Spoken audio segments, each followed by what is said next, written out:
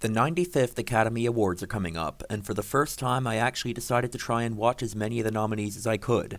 Starting off with the 4 Best Feature categories, I managed to see 8 of the nominees for Best Picture, 2 of the nominees for Best International Feature, 3 of the nominees for Best Animated Feature, and 1 of the nominees for Best Documentary.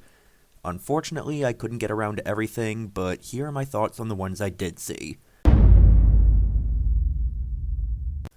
The first 2 nominees for Best Picture that I saw were The Banshees of Inisherin and Tar, and I'm going to be a little brief with these 2 because I saw them both a while before I started writing this script, so I'm kinda muddy on the details. Banshees was pretty great, and definitely the one I prefer out of the 2. It's a very unique comedy, and while I wouldn't say it was laugh-out-loud funny to me aside from 1 or 2 moments, it was definitely very well presented and very well acted. Tar was also good, though the story takes a while to get going. The first third or so of the movie was very slow. Throughout the whole runtime, it's very well choreographed. There are a lot of long and complicated shots with many different moving parts, and Cate Blanchett gives a great performance as the titular character. I have no hang-ups about any of the nominations either of these 2 movies have received, and would be fine with Best Picture going to either of them. The first nominee I saw after I properly started working on this video was All Quiet on the Western Front, which is a remake of the 1930 movie of the same name, which I believe was also based on a book. Or maybe this movie was based on the book independently of the original movie, I don't know. The movie is also nominated for Best Visual Effects, Best Cinematography, Best Production Design, Best Makeup and Hairstyling, Best International Feature, Best Adapted Screenplay, and Best Original Score. And with this one I do feel that some of the nominations aren't really earned, including its nom for Best Picture. Being a remake of a previous Best Picture winner no less, it's already climbing a massive uphill battle to do anything to stand out among war movies. While it's pretty solidly put together, pretty much every point it's making about war has already been made in other movies, probably including the original that I haven't seen yet, often in far more interesting ways. And some of the story elements wind up being incredibly telegraphed, not just by the genre the movie is in, but also by the dialogue that immediately precedes it. I don't really have a problem with any of the other nominations, but I definitely think that Best Picture and Best Screenplay were pushing it. The Fabelmans is Steven Spielberg's semi-autobiographical story of a kid discovering his love for filmmaking. A lot of people are really loving this movie, I just think it's alright. Some of it I quite liked. The scenes based around the main character making home movies with other kids were a lot of fun. But a lot of it was just so cheesy and overly telegraphed, particularly the subplot with the main character's parents. It's also nominated for Best Director, Best Actress, Best Production Design, Best Supporting Actor, Best Original Screenplay, and Best Original Score. Honestly, while many of these elements were competent, none of them really stood out to me. Judd Hirsch for Best Supporting Actor is an especially weird nomination, since his character was only in 1 scene and had maybe 2 minutes of total screen time, in a 2.5-hour movie, no less. And quite honestly, I didn't think Michelle Williams was that good. I was never able to buy the emotions she was trying to sell. It's not outright bad, but it's definitely on the low end of the nominees in my opinion. The next nominee I saw was Elvis, directed by Baz Luhrmann. This one was, honestly, kind of bad. It's pretty much just an incredibly standard musician biopic, and mostly the only things that make it stand out are things that make it worse. Namely, the editing that was trying way too hard to be stylish, and Tom Hanks' utterly bizarre performance as Colonel Parker, Elvis's manager. I gave him some benefit of the doubt for a while, like, the voice he's doing is kind of weird, but maybe in real life the guy had an unusual, hard-to-replicate voice. But eventually, I decided to look up an interview of the real guy, and he sounded pretty normal. So I have absolutely no idea what Tom Hanks was doing. In addition to Best Picture, this movie is also nominated for Best Actor, Best Cinematography, Best Editing, Best Production Design, Best Makeup and Hairstyling, Best Sound, and Best Costume Design. Austin Butler was probably the best part of the movie, but aside from that, I don't really feel like it deserves any of them, especially since some of the things it got nominated for, I would say are outright bad in the movie. The long-awaited sequel to the highest-grossing movie of all time, which everyone expected to come out years ago.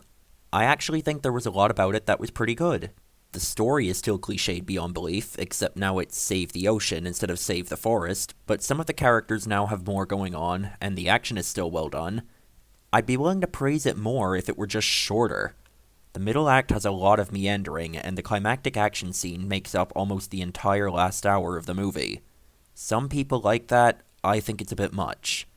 Its other nominations are for Best Visual Effects, Best Production Design, and Best Sound.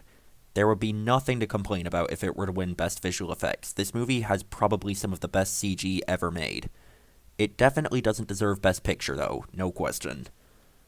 11 nominations, the most out of any movie this year.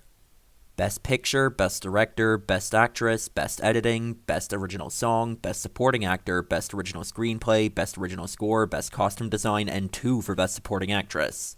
I don't think a single one of them was undeserved. Michelle Yeoh, Ke-Huy Quan, Stephanie Hsu, and Jamie Lee Curtis were all absolutely fantastic in their roles, and it's unbelievable how well the movie flows for how complicated the story gets at times. It had to have taken a lot of talent to pull that off. The movie is also successfully both hilarious and emotional whenever it tries to be. Whoever thought that a movie with things like Rakakuni, or the hot dog fingers, or a fight scene where one of the characters is desperately trying to insert a butt plug while the other character is desperately trying to stop them, could also have some of the best messaging I've seen in a while. This is easily my favorite of the nominees, and while I don't think it's guaranteed, I think it does have a pretty good chance of winning. The last Best Picture nominee I got around to seeing was Top Gun: Maverick. Before watching this one, I decided to check out the original movie, and it was kinda boring. The flight scenes were well done, but they didn't take up that much of the movie, and the story it was at the service of was pretty dull. This new one was an improvement over the original in just about every way. The flight scenes were even better done and took up a much larger percentage of the movie, and the story, while still nothing too special, was considerably less boring. This one is also nominated for Best Visual Effects, Best Editing, Best Original Song, Best Adapted Screenplay, and Best Sound. I don't really agree with the screenplay nomination, but I have no problems with any of the others. If you were going to nominate any blockbuster for Best Picture this year, this one was probably the one that deserved it. And that's all of the Best Picture nominees I was able to see. Unfortunately, I couldn't get around to seeing Triangle of Sadness or Women Talking, but I'll add my thoughts to any nominees I see after this video goes live into the description. And that goes for all categories, not just Best Picture. Here is my personal ranking of the 8 that I did see, and now let's move on to the other categories. I didn't feel overly pressed to watch all of the international feature nominees in time for the ceremony, not because I don't care about foreign film, but because we already know what the winner of this category is going to be. All Quiet on the Western Front is going to win, because it's the only one that's also nominated for Best Picture, and I've already given my thoughts on that one. This has happened at 4 out of the last 5 Oscars, and while it's good that foreign language film is getting more recognition, surely there's a better way of handling nominating them for Best Picture than this. Why not have a Best Domestic Feature and Best International Feature, and then the winners of each compete for Best Picture, or something like that? The only other nominee for Best International Feature that I watched was Unculling Cune, or The Quiet Girl, which I believe is the first Irish language nominee for this category. I really wanted to like it, and the movie is well shot and acted, but the story just didn't really connect with me. It's kind of hard to say there even is a story. Very few events actually take place during the runtime. There's definitely an appeal to it that I can kind of see, but I've just never been that big on movies that are this slow. It's good for what it is, it's just not for me. This was the year of Pinocchio for some reason. I don't even have to see the other 2 adaptations that came out this year to know that this is not only the best of them, but probably the best movie adaptation of the story that's ever been made, though I haven't yet seen the 2019 Matteo Garrone one. The story flows a lot more smoothly and does a much better job at logically linking everything together when compared to the more familiar 1940 Disney adaptation, which felt more like a series of nearly unrelated shorts, and the stop motion looks absolutely amazing. It definitely makes me want to see Del Toro make more use of this medium. It allows itself to get pretty dark as well, both with the humor and with the story, and I like it more for that. While it's definitely not my favorite out of the nominees, I definitely would not be upset if this won. Seemingly the one thing Disney Pixar released this year that was actually well received. It's decent. Some of the presentation choices could be a bit obnoxious, particularly in the opening scene, but it was mildly funny, and many of the character dynamics were a lot of fun. However, I really do not want it to win. Several of the other nominees are far more deserving, and I'm really tired of Disney Pixar winning by default just because they're Disney Pixar. I really want this to win. This is not only easily the best out of the nominees, but it might actually be one of my favorite animated movies ever made. which, I tell you, I am absolutely shocked to be saying about a sequel to a Shrek spin-off that came out over a decade ago. Not only does the animation look absolutely fantastic, but the movie takes Puss in Boots and turns him from a funny supporting character into possibly the best protagonist DreamWorks has ever produced. It's also incredible that this movie, that really isn't that long, manages to cram in so many different characters. Oh hey, Pinocchio's in this movie too. All of them with their own things going on, and somehow not feel bloated. This movie has 3 different antagonists, and they're all great. Death just might be one of my favorite movie villains ever. It's amazing how much they give this character in only a few minutes of screen time. However, while it's by far the best one, I'm not liking its chances at winning, largely because it was so surprisingly good. The Academy is infamous for not particularly caring about the animated category, so I think they're far more likely to lean towards the movies by the previous winner of Best Director whose name is in the title of the movie, and by the studio that's already won 15 out of the 21 years the category has existed, than they are to actually be thorough and consider every one of them. And that's it for the animated category. While I heard it was great, I unfortunately couldn't get around to Marcel the Shell with shoes on, and I just wasn't that interested in seeing the Sea Beast. It didn't look that interesting. As I said, I really want Puss in Boots to win, but I think Pinocchio is the one that has the best chance of beating out Pixar. The only nominee for Best Documentary that I saw was Fire of Love, directed by Sarah Dosa, which is about famed volcanologist couple Maurice and Katja Kraft. There's not a whole lot to say, really. It's good, but in very simple ways.